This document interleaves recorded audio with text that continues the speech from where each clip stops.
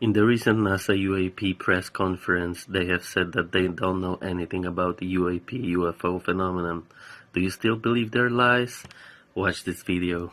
We haven't found life beyond Earth yet, right? I mean, let's be clear about this. We haven't found it yet, but we're looking, and we're looking for it in lots of different ways. You know, is NASA hiding anything about this?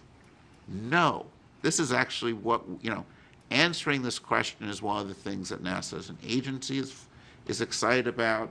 I think one of the things that makes this question of are we alone such a central question, not just to the scientific community, it's a central question, I think, for the public. These questions touch on something that I think is really a deep question for humanity, is are we alone in the universe? The photo lab in the restricted area, and this was between missions.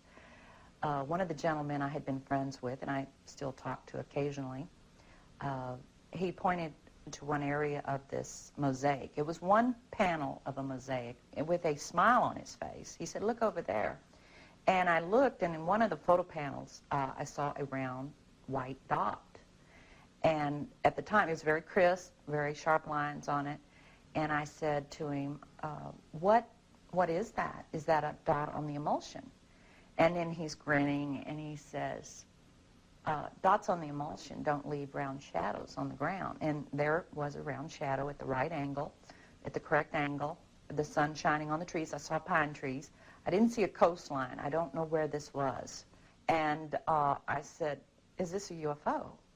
And he's smiling at me, and he says, "I can't tell you that. I can't tell you that." What I knew he meant was it was, but he couldn't tell me. So I said, "What are you going to do with this information?" And he said, "Well, we always have to airbrush them out before we sell them to the public." In 1965, in mid-1965, I was loaned to the Lunar Orbiter Project at NASA on Langley Field. They had problems with a piece of electronic equipment that was bottlenecking their production of photographs. I was taken into the laboratory where the equipment was malfunctioning.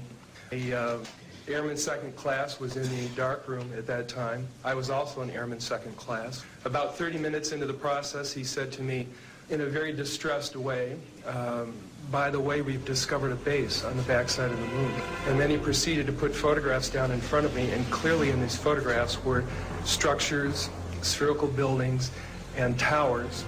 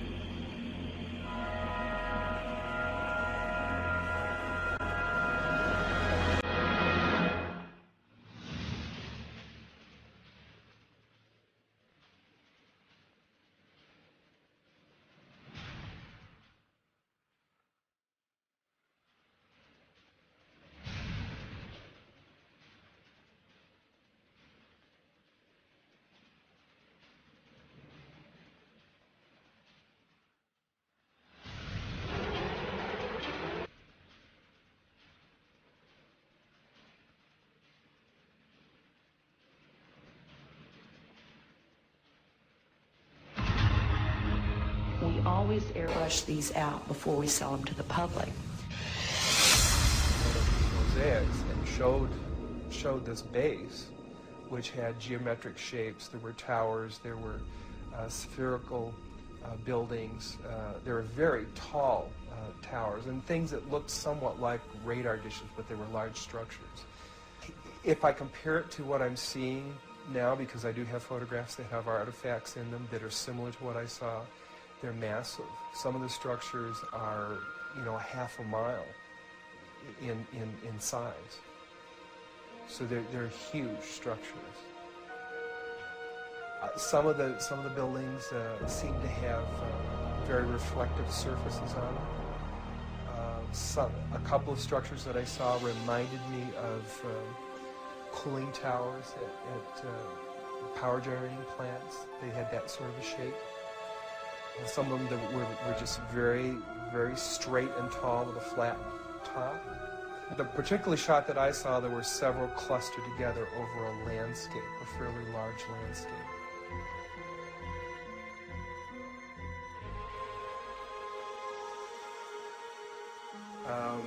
I worked there for 3 more days, and I remember going home and naively thinking, I can't wait to hear about this on the evening news.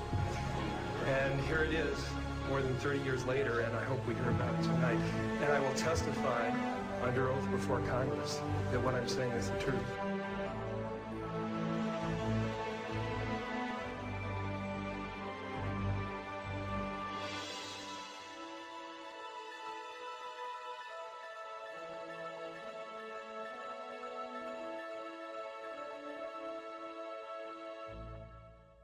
Heat shield anyway. The surveys were initially sparked by a mysterious object floating under the spacecraft yesterday. It was detected shortly after a routine check of the shuttle's steering jets. Now, since Columbia, NASA developed several tools and procedures to safeguard the shuttle while in space. NASA admits they may never know exactly what the unknown objects are, but confirms the shuttle is ready to handle the 3,000-degree temperatures it will meet as it re-enters the Earth's atmosphere. Over the years, we have chased many of these things, maybe not with the visibility that this one has gotten, and rarely, if ever, been able to pinpoint exactly where they came from, and always finding out that it didn't pose us any hazard. But 3 days and 200,000 miles into the flight, Mission Control did miss the significance of a cryptic message from the astronauts. Do you have any idea where the U4B is with respect to us? Stand by.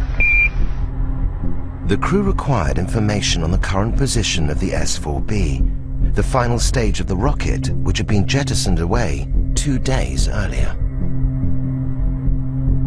This short message hit an extraordinary turn of events. Apollo 11 wasn't alone in space. There was something out there that was close enough to be observed, and what could it be? Traveling alongside Apollo 11 was a mysterious object, like this one filmed on a later mission. If the object wasn't part of Apollo's rocket, it could be only one thing: a UFO.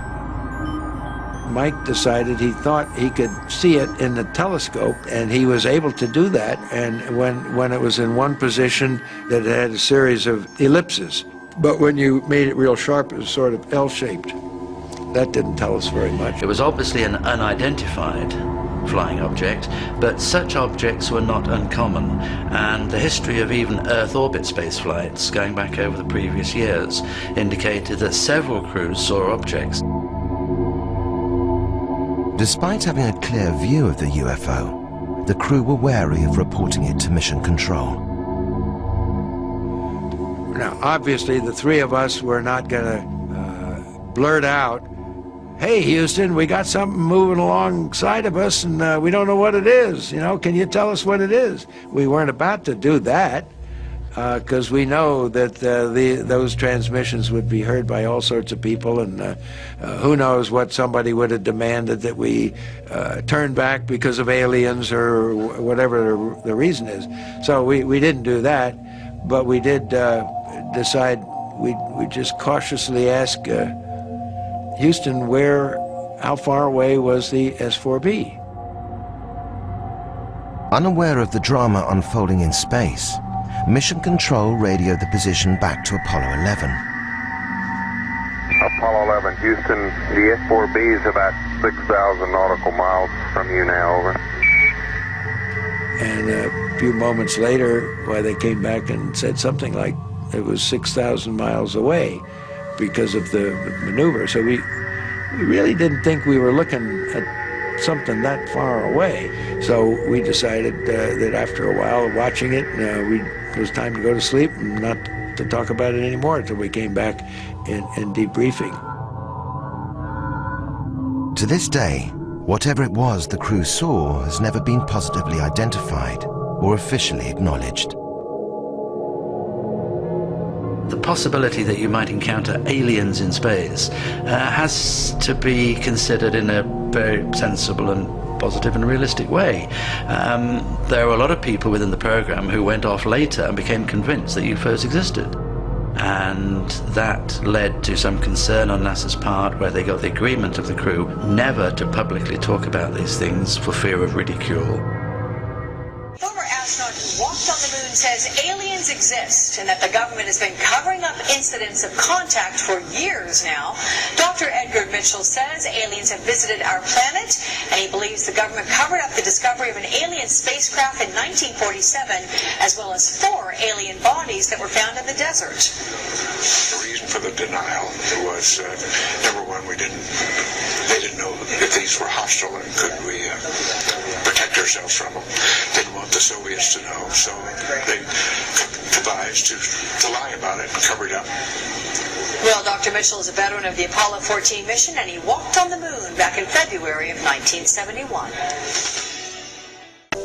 I've read about this incident you had in 1951, and you said you saw literally hundreds of unidentifiable flying objects. Yes, they were flying quite high. How high we couldn't tell because we couldn't get anywhere near their altitude.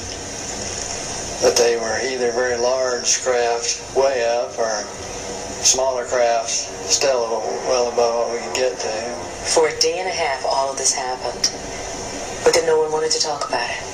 Well, we sent a report forward on it, and the answer that finally came back months later was they were probably high-flying seed pods, which didn't sound very logical. But the real question here that we've been addressing is, have we been visited? Are we, since we are now a spacefaring civilization, having only gone to our own moon, but have our visitors, the aliens, have they come to us? And all the evidence is yes. So what is it that you want to see the Obama administration release? What is it specifically? What do you think is there that we need to see? Well, the other nations, and this has been a global phenomenon, other nations in just in recent history, the Belgian nation, the French, the Brazilians, the Mexicans, the Argentine, all of their files have been opened up. And there's no reason in the world why the U.S. files, the leading nation in the world in this period, should have been reticent in opening ours too, except special interest groups. So Edgar, but let me ask you, I mean, for all the stories that have leaked over all the years, I mean, and there's always somebody somewhere that's going to leak something, and if there was really something there, don't you think by now somebody would have said something? Oh, it has. People have been saying it all along. But for example, just the explanation to the Roswell incident has changed every few years, and a new story comes out. If it were really that simple, if it weren't what it really was, you wouldn't need all of these various stories coming out. And so the attempt to cover this up and to disguise the issue and create misinformation and disinformation is very well reported. And the documentation from very fine researchers like Dr. Robert Wood and his son Ryan, who've investigated all of the early documents, all point to the same story. Hey, we're not alone here. We've been visited. There's a monolith there, a very unusual structure on this little potato-shaped object that goes around Mars once in 7 hours. When people find out about that, they're going to say, who put that there? Who put that there? Well, the universe put it there. If you choose, God put it there. This is a fact of the matter. We were really not sure after John flew whether or not there were critters, living critters out there somewhere. Critters that were captured by NASA on that mission STS-75 in 1996. In all my considerable experience of the entire UFO scenario, I have never seen and never expected to see footage like that. And least of all did I expect to see it on film that, or tape that had been exposed by the government in a NASA mission. The shuttle Columbia in this mission was equipped with a very sophisticated and expensive ultraviolet camera. It was sensitive to the near ultraviolet. And when they were up at 300 miles above the atmosphere, they launched from the Columbia a small satellite with a tether. Not long after it was launched from the Columbia, the tether broke. We'll record steadily the whole break and coil back to the tether. Copy, Claude. Here we go. Again, this is a view of the satellite. Well, if it had to break, it did it in the right place. And you see on this astonishing film, you see the satellite go drifting far astern of this orbiting Columbia. The tether, which is 12 miles long, straightens out into a long white line, which you can see as plainly as could be. Columbia and the satellite now 77 nautical miles apart. Now, while this is all going on, a whole covey of UFOs, perhaps 36 of them, manifest to this ultraviolet camera, and they begin moving around, circulating, looking for all the world like something in an aquarium tank. The satellite, again, just moving into sunrise. Now, Houston, of course, down on the ground, is getting this feed from the Columbia, and they ask the astronauts in the shuttle, what can they see? What is it they can see? You guys getting the image? Franklin, we see a long line, a couple of star-like things, and a lot of things swimming in the foreground. Can you describe what you're seeing? Well, the long line is a tether, and there's a little bit of debris that kind of flies with us. It is like a brilliant white bar. It looks like a neon sign, and it's 12 miles long. Now, what this does is give you a sort of cosmic ruler by which you can get an idea and an estimate of the diameter of the UFOs that are flitting around down there. Now, when you see them go behind the tether, that means that you can use that tether like a ruler to measure their diameter. And those things that are down there going behind the tether are between 2 and 3 nautical miles in diameter. One of the things you see over and over again is you see UFOs materialize into the ultraviolet while you watch. You see them come from out of nowhere to the point where they are returning a response to the camera. You also see them dematerialize while you have them under observation. There's 2 of the central things that have gone on with UFOs since day one: materialization and dematerialization. It's going on in this film, 300 miles above the Earth, photographed by your government with your astronauts superintending the whole thing. Completely unzoomed, and you see the full extent of the tether. Columbia, Houston, that's a much better view, a lot more contrast visible. It's not an infrequent occurrence out there. They have them quite often. There were probably 1,500 reported cases at that time. I have over 3,000 cases now. They estimated 100 yards from the left wing was this 100-foot disc. What though the mysterious meteorite streaks seen in the same sequence?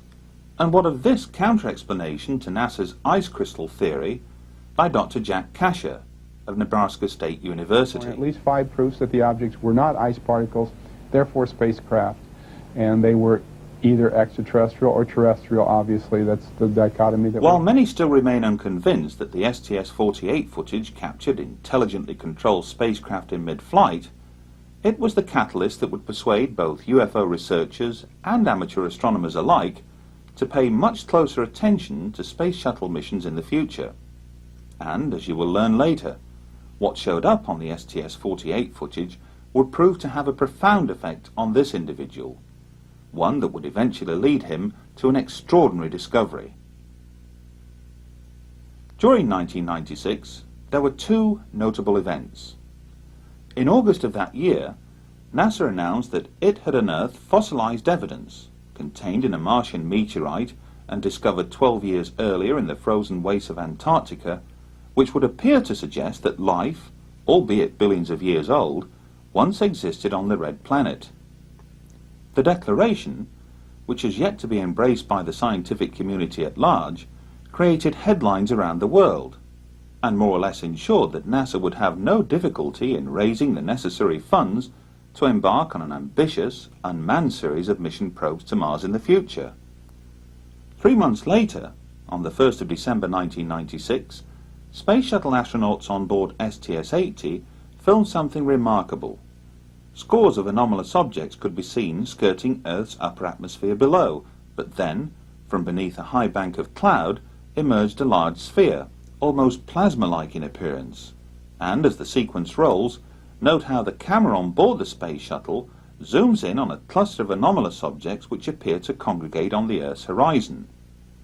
Interestingly, during that same mission, astronauts would point their cameras towards Brazil, more specifically Sao Paulo. Were they expecting something?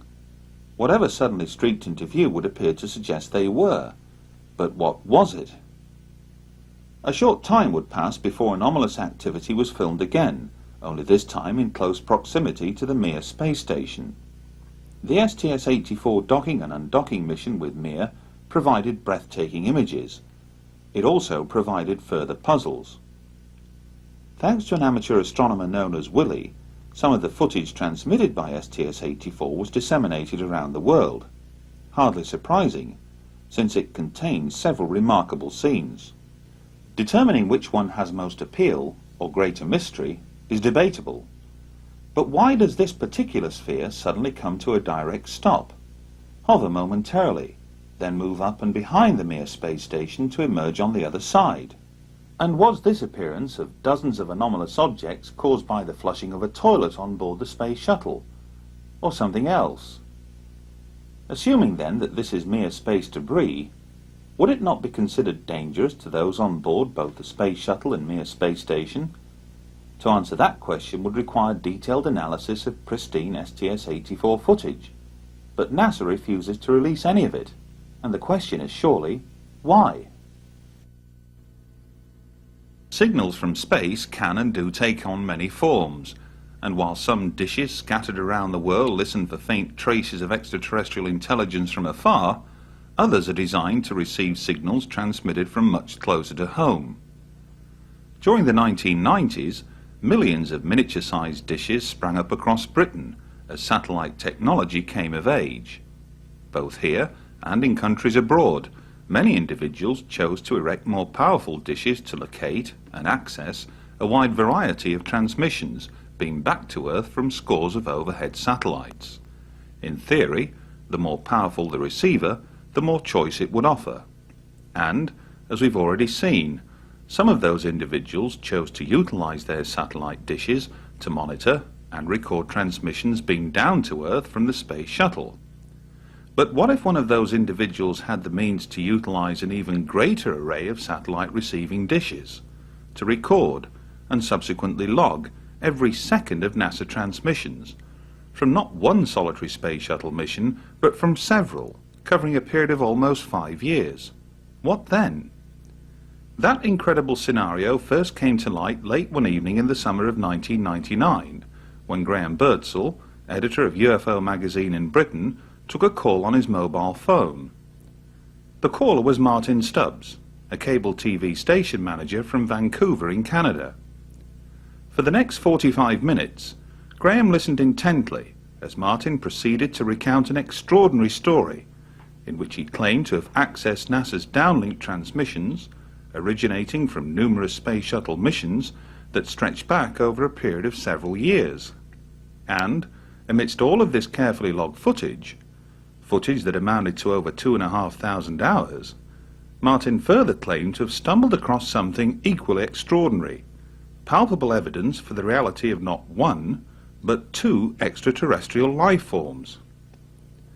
In order to fully verify these and other equally amazing claims, Russell Callahan was dispatched to Vancouver last August to meet up with Martin in person. Joining him would be Brian Borshoff, project director of the Phenomena exhibition, who flew in especially from Australia.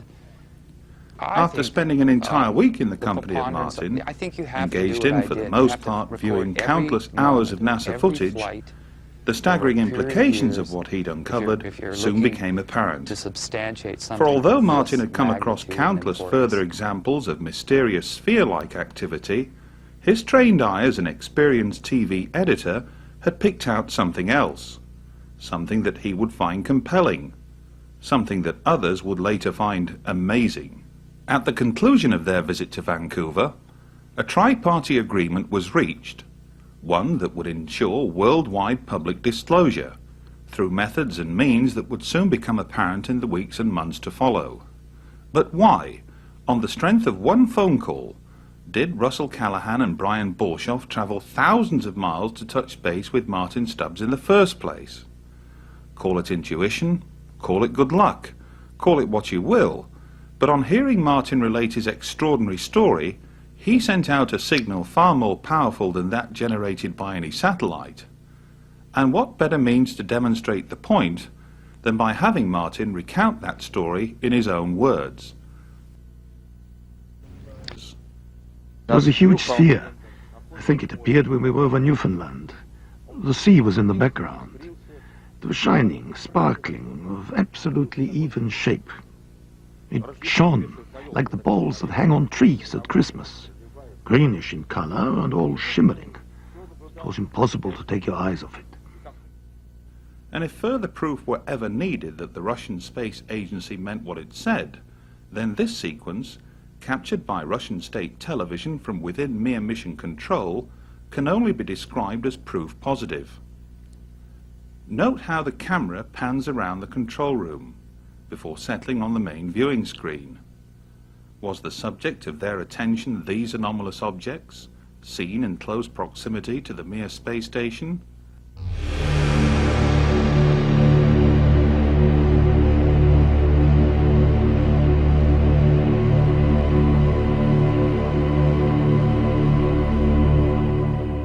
Intriguingly, here's the exact same sequence, only this time recorded by Martin Stubbs from NASA's downlink. Compare the two. These objects are patently of interest to those watching in Russia, so might the same be true of their counterparts at NASA?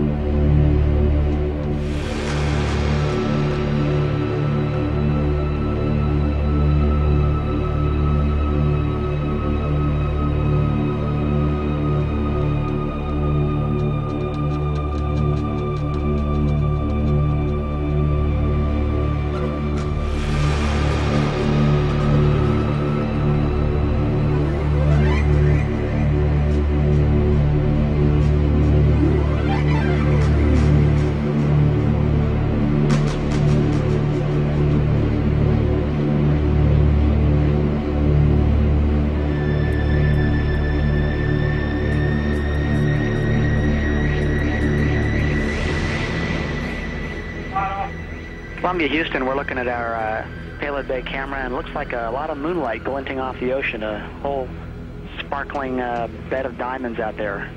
Is that a real picture, or are we just getting some video fuzz?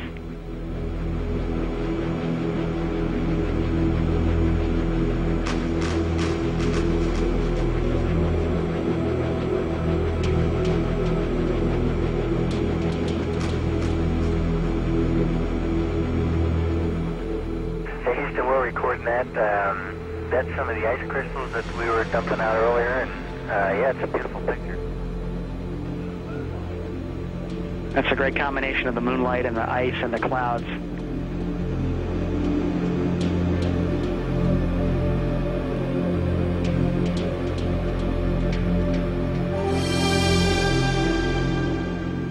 And it's a combination of moonlight making those ice crystals sparkle, and maybe as well as some of the sun starting to come up on the horizon.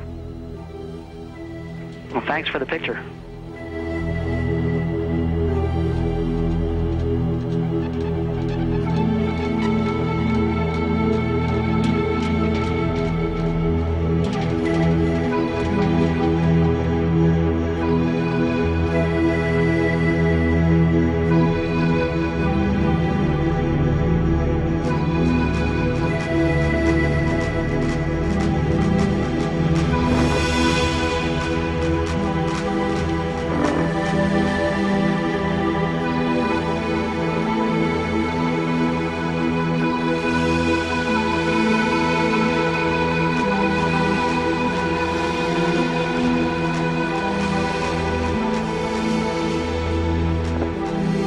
The Mir space station is now visible on the far left-hand side of the screen, about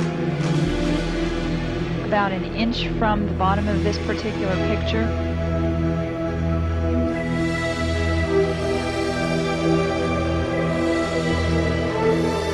And there were also a number of shooting stars in that view.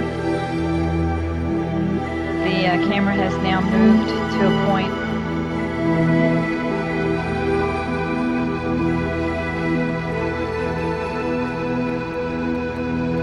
Okay, the Mir space station is the small flashing light in the center, about an inch from the left-hand side of the screen. It's slowly...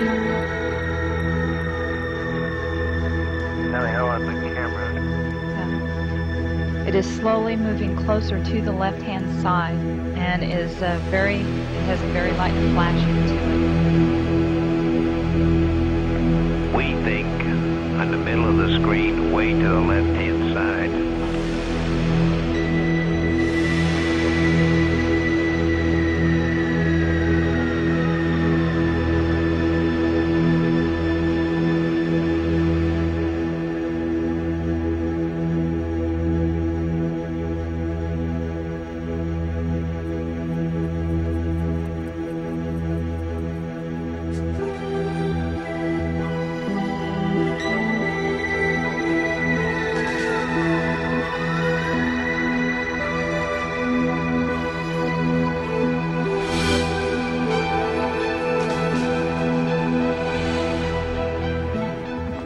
Got an articulation mark. Can you look out there? Not sure what you're talking about. Never mind.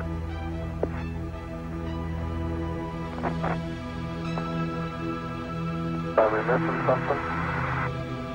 I don't see anything. Yeah, we think the camera filter came off, Mark. It's about your 10 o'clock, 11 o'clock going away. Don't worry about it.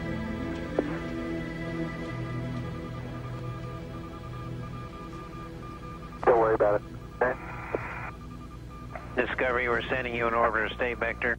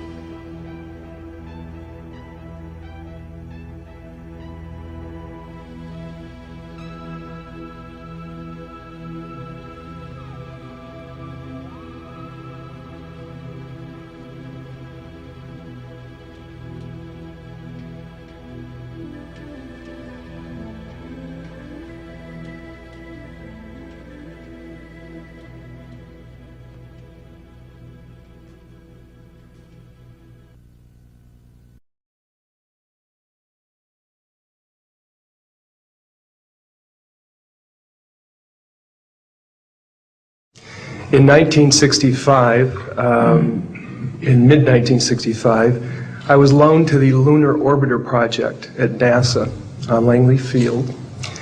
Dr. Colley was in charge of that project. They had problems with a piece of electronic equipment that was bottlenecking their production of photographs. I went to the facility, and when I walked into the facility, there were scientists from all over the world. I was stunned, actually, to see people at a NASA project from all over the world. It didn't make any sense to me initially. I was taken into the laboratory where the equipment was malfunctioning. I couldn't repair it in the dark. I asked to have it removed. Airman second class was in the dark room at that time. I was also an airman second class. I was interested in how the whole process functioned, how the data got from the lunar orbiter to the laboratory. I asked the young man if he'd describe the process to me. He did. About 30 minutes into the process, he said to me, in a very distressed way, by the way, we've discovered a base on the backside of the moon. And then he proceeded to put photographs down in front of me, and clearly in these photographs were structures, mushroom-shaped buildings, spherical buildings, and towers. And at that point I was very concerned because I knew we were working on compartmentalized security. He had breached security, and I was actually frightened at that moment. And I did not question him any further. And a few moments later, someone did come into the room. I worked there for 3 more days, and I remember going home and naively thinking, I can't wait to hear about this on the evening news. And here it is, more than 30 years later, and I hope we hear about it tonight. And I will testify under oath before Congress that what I'm saying is the truth.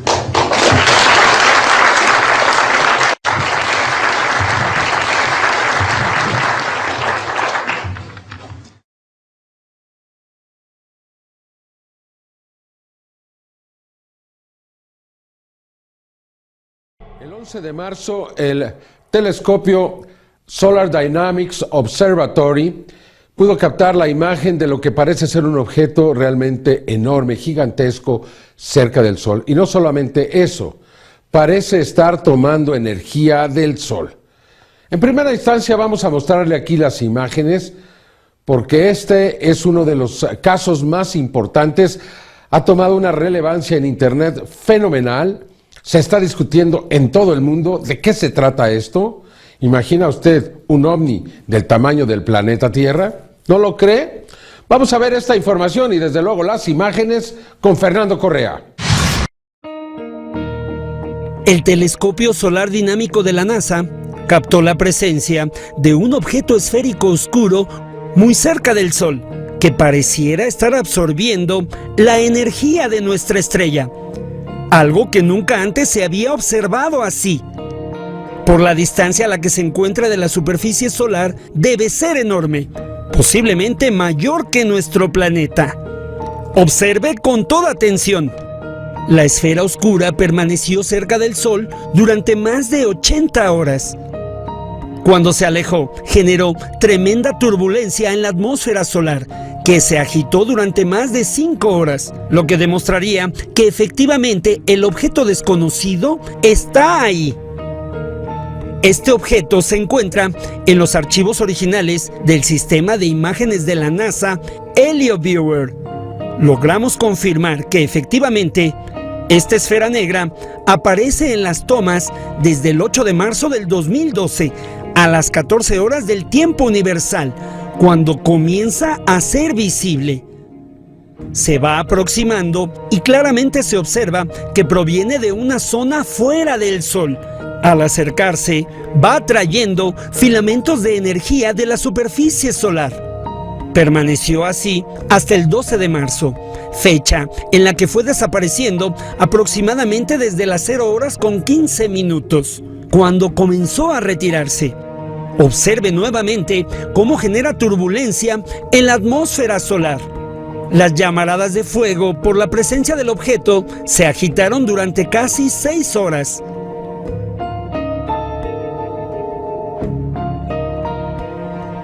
Los controladores del telescopio espacial quedaron desconcertados, intentando explicar este acontecimiento nunca antes registrado. No existen antecedentes de algo igual. No hay registros de algún objeto extraño que pareciera estar absorbiendo la energía del Sol. El telescopio solar dinámico con el que fue captado este video es el último telescopio espacial solar que lanzó la NASA el 11 de febrero del 2010. La primera imagen que captó del Sol se obtuvo en abril de 2010 y desde entonces el SDO, en órbita alrededor del Sol, observa permanentemente a nuestra estrella. Durante casi 2 años de observaciones ininterrumpidas, nunca antes el telescopio solar dinámico había registrado algo como esto. Los científicos solares de la NASA han intentado explicar este acontecimiento como un fenómeno natural, como un hueco en la corona solar. Una posibilidad que debe ser investigada profundamente, por lo que esta investigación continuará.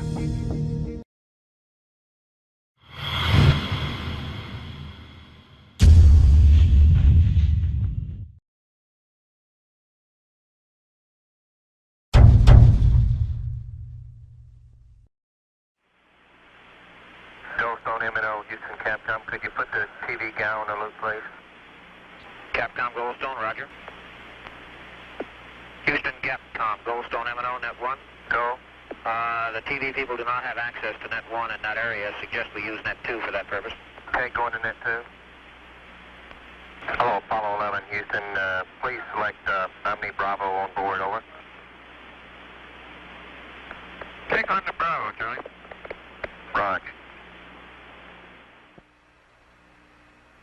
Okay, 11, we have a picture. We see the Earth right in the center of the screen, over.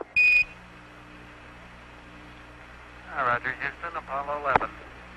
Calling in from about 130,000 miles out. We can see the oceans with a definite blue cast. See white bands of major cloud formations across the Earth. And can see coastlines. Is Buzz holding your cue cards for you, over?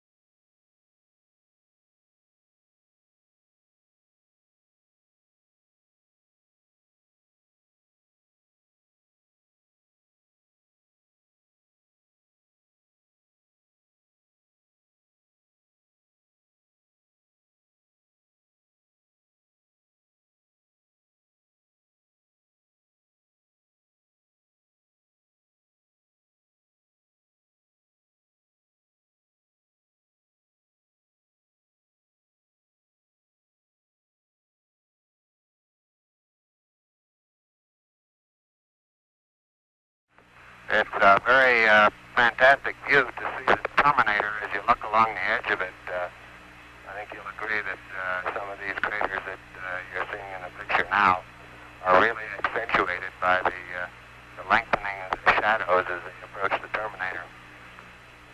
Yes, it's a very beautiful and rugged sight that we've got on the screen now.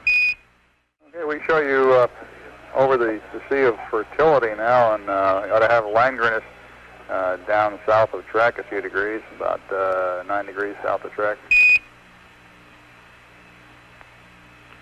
Yeah, the crater that's in the center of the screen now is Webb. We'd be looking straight down on it at about 6 minutes before power descent. It has a relatively flat bottom to the crater, and you can see maybe 2 or 3 craters that are in the bottom.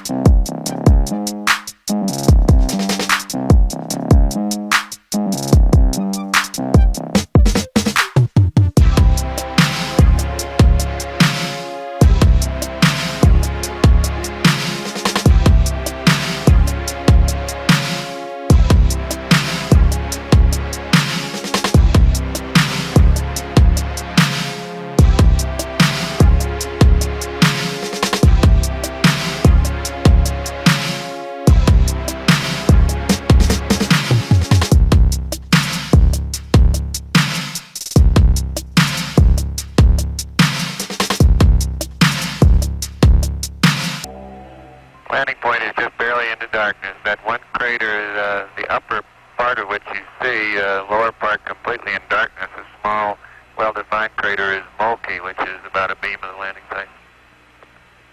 Roger, we can just see it looks like a little less than half of its rim right now.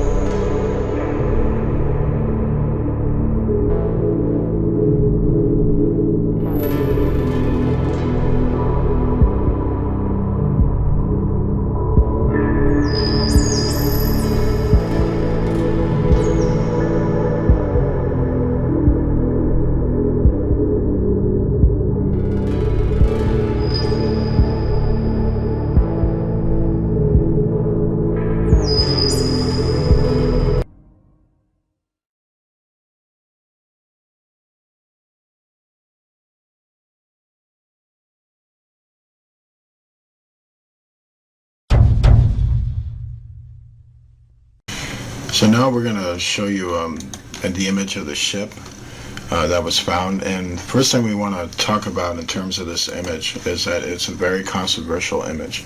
And the first thing you got to understand is that this image is being brought to us by a very advanced telescope.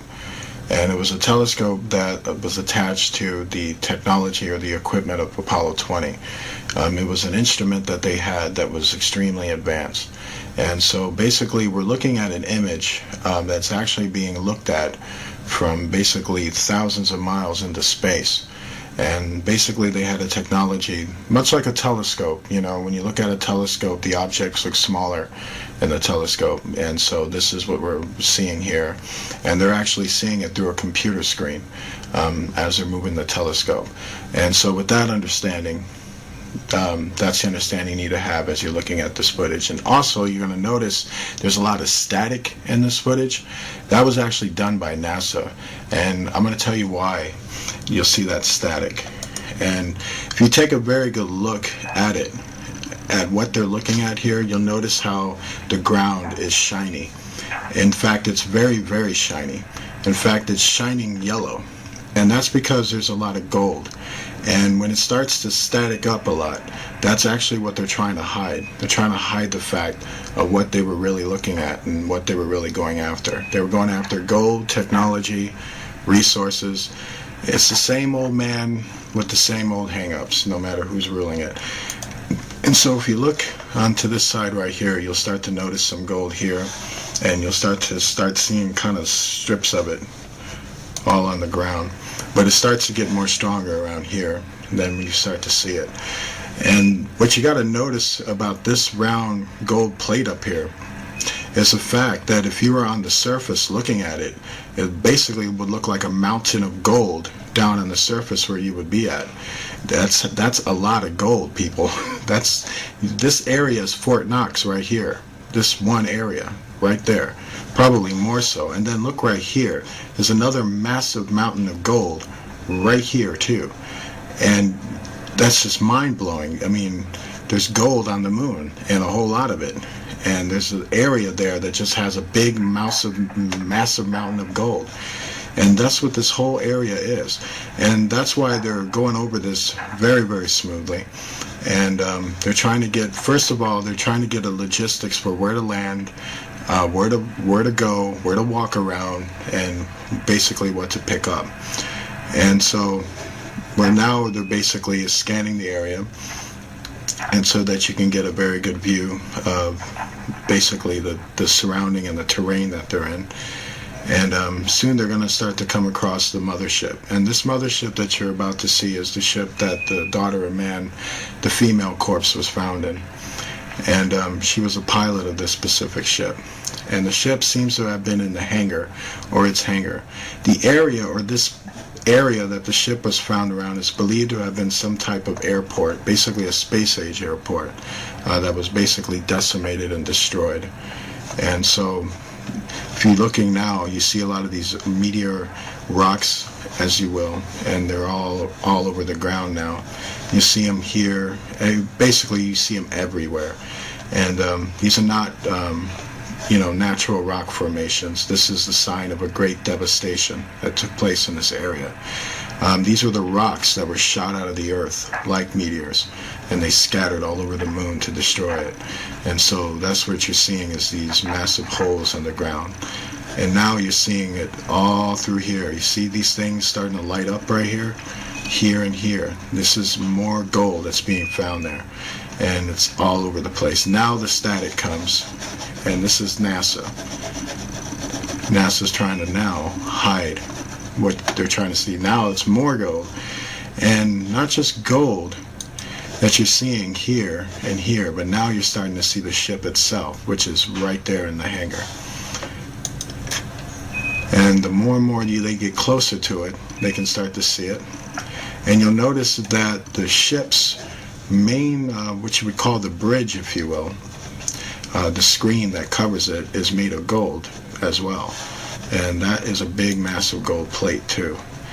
And you'll notice that now they're getting more closer into the ship, and now they're looking at it.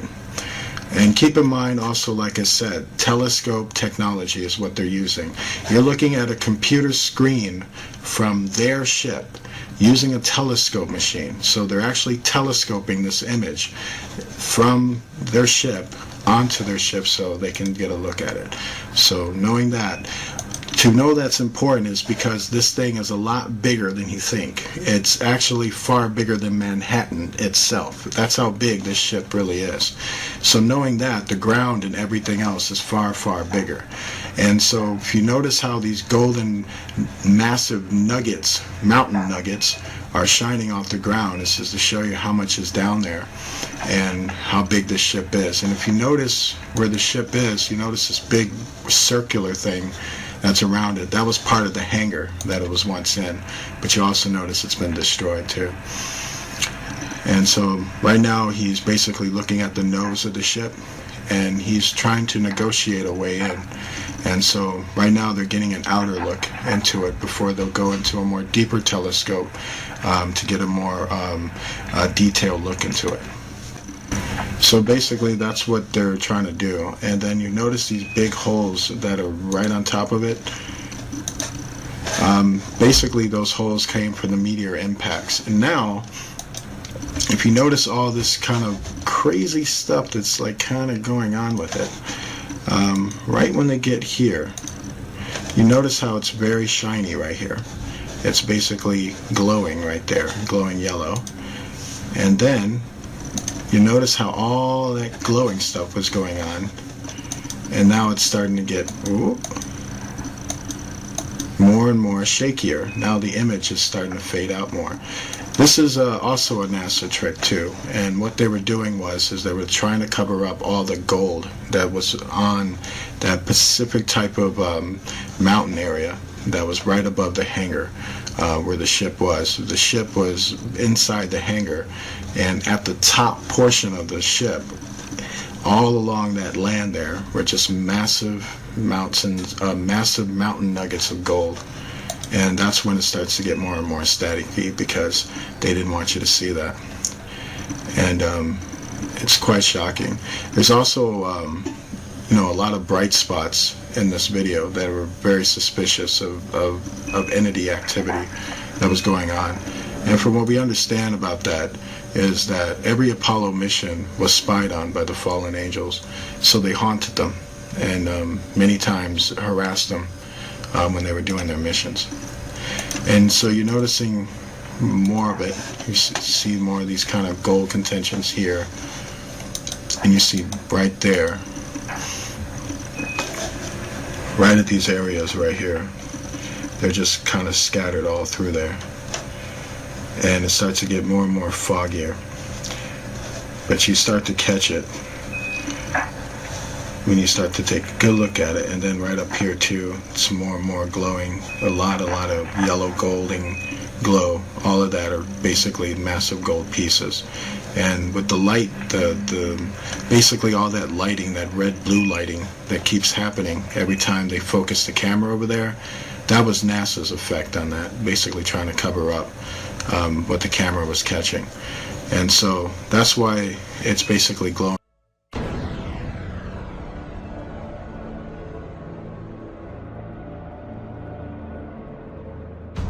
In 1959, the U.S. Army completed a plan for a manned military outpost on the moon. The Horizon Lunar Outpost was said to be necessary to protect United States interests on the moon, to conduct moon-based surveillance of the Earth and space, to act as a communications relay, and to serve as a base for exploration of the moon. The permanent outpost would cost $6 billion and become operational in December 1966 with 12 soldiers. The base would be defended against Russian overland attack by man-fired weapons. The Apollo program began only 2 years after the Horizon report, but a moon base would not have been established earlier than the 1970s. During the discussion of UFOs, the question ultimately is going to come up, can any government keep secrets, let alone the U.S. government? And the answer to that is unequivocally yes. People in high-level government have very, very little, if any, information, valid information about this. Most have no more knowledge than the man in the street. There's always been what they call the need to know. They keep pretty much each organization an island unto itself.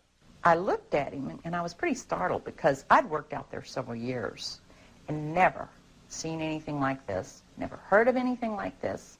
I had a top secret crypto clearance, and I could go into areas where my commanders, some commanders, could not even get in. He was a civilian but had done a lot of work with NASA on a lot of committees and what have you. And I think his problem was the fact that he hadn't heard about this. They can't get in there because they don't have the need to know, even though they have the same clearance as the guy that gets to go in there. He knew that he was very important because he was on a lot of committees in NASA. And since he was very important but hadn't heard about this thing, this couldn't be true. The UFO secrets can be kept secret from other people who have the same security clearance. And the truth is, they have hidden things like UFO and extraterrestrial information from us for years. Not just the current era, but back before the 1900s. There's about 38 levels above top secret. The highest is cosmic. That's, okay, I'll tell you right now, that's UFOs, aliens, and particleization. Now, like you heard a while ago, there's only probably about 25 people in the world that know things that are known at that level. No president has had that level, has ever been cleared for that level. Eisenhower was the closest. Eisenhower wanted somebody to be in charge. He tried the CIA director, and it didn't work. CIA was working primarily for itself. Most of the intelligence directors of the services were working for themselves. What happened was Eisenhower got sold out. I think that he realized that all of a sudden this matter is going into the control of corporations. He realized that he was losing control. He realized that the phenomenon of whatever it was that we were faced with was not going to be in the best hands, and those were as far as I can remember, that was the expression that was used. It's not going to be in the best hands. In the councils of government, we must guard against the acquisition of unwarranted influence, whether sought or unsought, by the military-industrial complex. The potential for the disastrous rise of misplaced power exists and will persist. We must never let the weight of this combination endanger our liberties or democratic processes. We should take nothing for granted. Only an alert and knowledgeable citizenry can compel the proper meshing of the huge industrial and military machinery of defense with our peaceful methods and goals. And so it was organized under the name the NRO. You couldn't mention NRO. NRO, National Reconnaissance Office, basically run by the Air Force. The Reconnaissance Office, from my understanding of people that I've had contacts with since I retired, has taken on a lot more responsibility, particularly towards UFO and extraterrestrial activities. You could say that they picked up where Blue Book dropped off. If you're on that level, there's an organization worldwide called ACIO. That's Alien Contact Intelligence Organization. If you pay your dues and you follow the rules, you can benefit, your government is allowed to benefit from that organization's information. Henry Kissinger headed some sort of a study group back in the 50s to study the ramifications of this information if it had leaked through a credible source.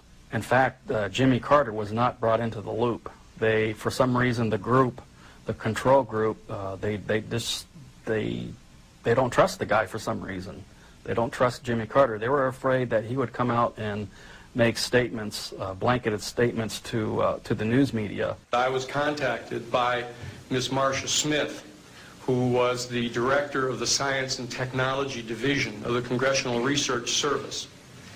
She asked to meet with me, and I met with her, and she informed me that President Carter, upon taking office in January of 1977, held a meeting with then the Director of Central Intelligence, who was George Bush Sr., and demanded that the Director of Central Intelligence turn over to the President the classified information about unidentified flying objects and the information that was in the possession of the United States intelligence community concerning the existence of extraterrestrial intelligence. This information was refused to the President of the United States by the Director of Central Intelligence, George Bush Sr.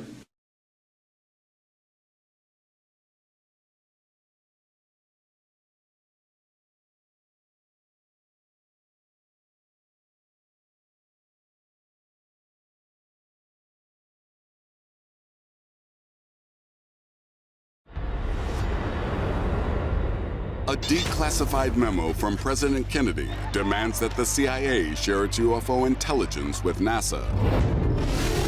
This letter is dated 10 days before the assassination. Is there a connection? Could the explosive letter help solve one of the most shocking murders in history? I mean, this document is absolutely sensational. Were Kennedy's probes with the CIA about UFOs cause for alarm or even possibly assassination?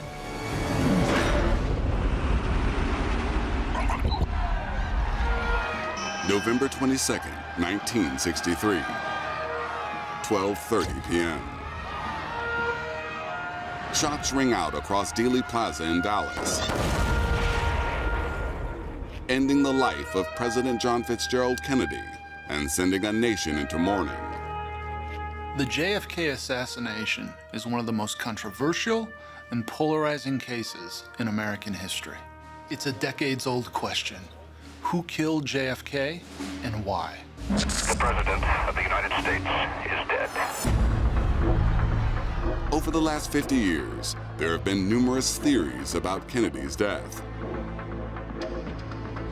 David Marwell headed a review of classified records relating to the assassination.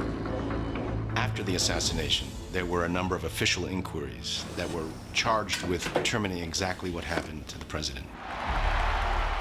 In 1964, the Warren Commission, the official government investigation into Kennedy's assassination, concluded that Lee Harvey Oswald was responsible for the president's death.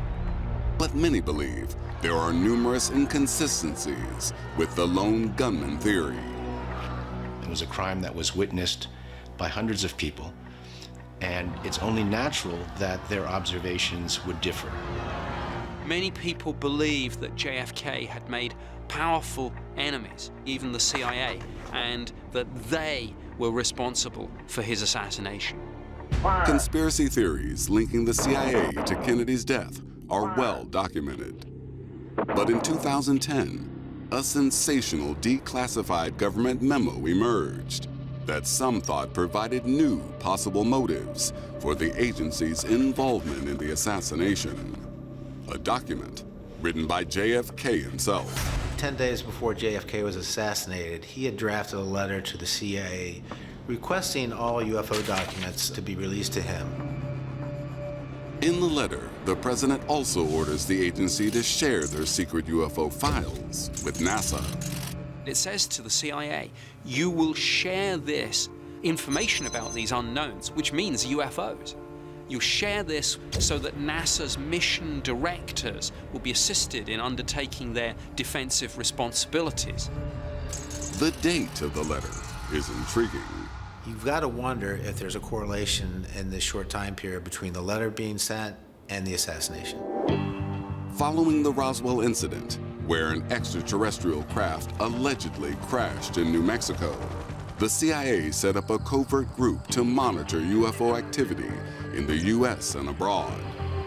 Over the following years, it documented and cataloged thousands of sightings. All of a sudden, they're being requested to give over all those documents to President Kennedy. I mean, this document is absolutely sensational because when you start talking about sharing information with other agencies, that's the one thing the CIA never liked to do. Now we have to ask the questions. Were Kennedy's probes with the CIA about UFOs cause for alarm or even possibly assassination? This suggestion is unconvincing. But to the CIA, Kennedy's letter may also contain a second, greater threat. This document also goes on to talk about a program of cooperation with the Soviet Union in space. It essentially instructs the CIA to initiate a data-sharing program with the Soviet Union. The request follows a speech Kennedy gave at the UN, where he even suggests that he will collaborate with the Russians on the biggest prize in space, a manned mission to the moon. In the field of space, there is room for new cooperation. Kennedy was actually interested in starting up a joint program between the Soviets and the U.S. to combine our efforts to try and get to the lunar surface. I include among these possibilities a joint expedition to the moon. Some authors and historians suggest that the CIA was infuriated by Kennedy's repeated attempts to cooperate with America's Cold War enemy.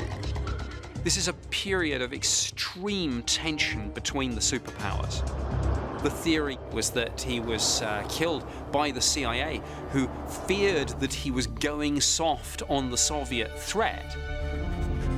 The revelations in the 2010 JFK memo spark a media frenzy.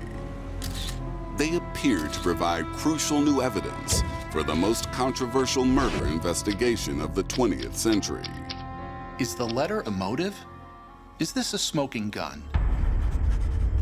Since the letter was discovered, some have claimed it is a fake.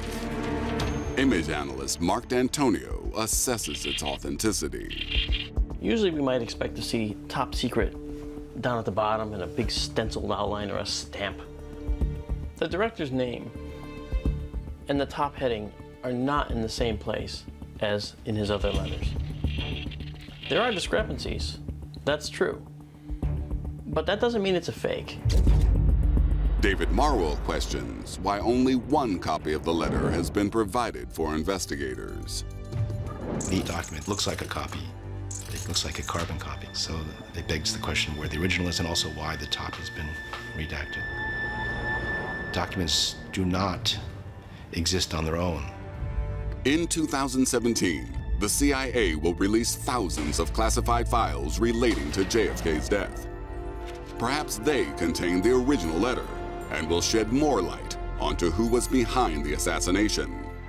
Until then, debate will continue to rage about exactly what happened on that fateful day in Dallas in November 1963.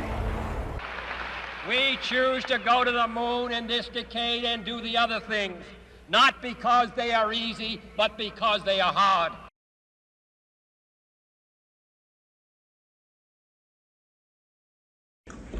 Ladies and gentlemen, the very word secrecy is repugnant in a free and open society, and we are, as a people, inherently and historically opposed to secret societies, to secret oaths, and to secret proceedings.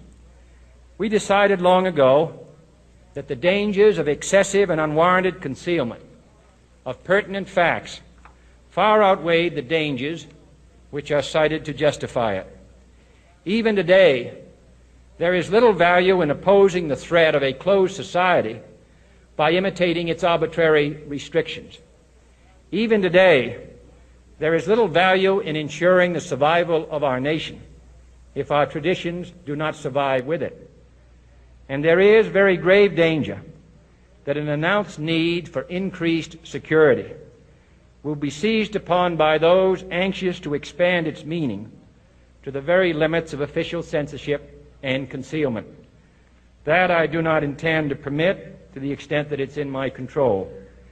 And no official of my administration, whether his rank is high or low, civilian or military, should interpret my words here tonight as an excuse to censor the news, to stifle dissent, to cover up our mistakes, or to withhold from the press and the public the facts they deserve to know. For we are opposed around the world by a monolithic and ruthless conspiracy that relies primarily on covert means for expanding its sphere of influence, on infiltration instead of invasion, on subversion instead of elections, on intimidation instead of free choice, on guerrillas by night instead of armies by day. It is a system which has conscripted vast human and material resources into the building of a tightly knit, highly efficient machine that combines military, diplomatic, intelligence, economic, scientific, and political operations. Its preparations are concealed, not published. Its mistakes are buried, not headlined. Its dissenters are silenced, not praised. No expenditure is questioned, no rumor is printed, no secret is revealed. No president should fear public scrutiny of his program, for from that scrutiny comes understanding, and from that understanding comes support or opposition, and both are necessary. I am not asking your newspapers to support an administration, but I am asking your help in the tremendous task of informing and alerting the American people. For I have complete confidence